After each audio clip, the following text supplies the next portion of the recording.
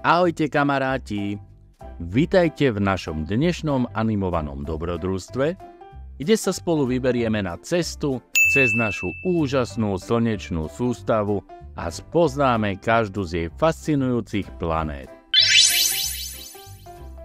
Vitajte v našej slnečnej sústave, kde Slnko a jeho planéty tvoria náš úchvatný vesmír.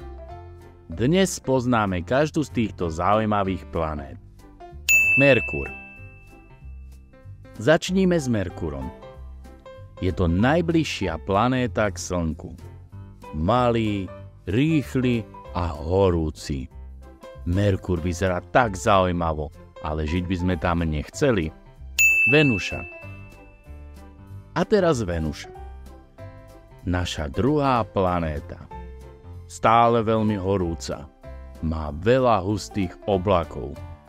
Je to pravá perla v noci. Oblaky na Venuši vyzerajú ako vatové cukríky. Zem. A tu je naša milovaná Zem.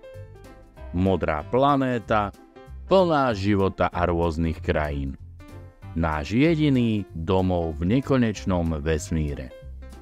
Zem je najlepšia.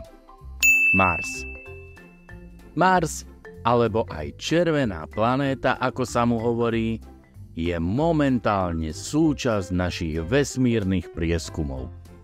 S červeným povrchom a záhadnými kopcami.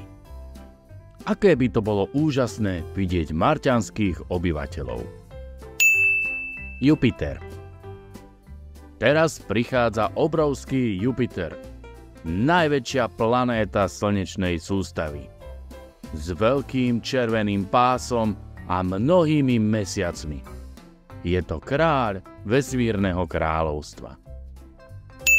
Saturn. Tu máme Saturn, kráľa prstencov, so slávnym prstencovým systémom. Majestátny a krásnejší, ako by mal na sebe šaty z diamantov. Tie prstence sú ako kráľovské náhrdelníky. Urán. Urán so svojou nezvyčajnou polohou a modrozeleným odtieňom má jedinečný vzhľad a nádhernú šikmú os. Urán vyzerá veľmi, ale veľmi tajomne. Neptún. No a nakoniec Neptún. Posledná planéta nášho slnečného systému.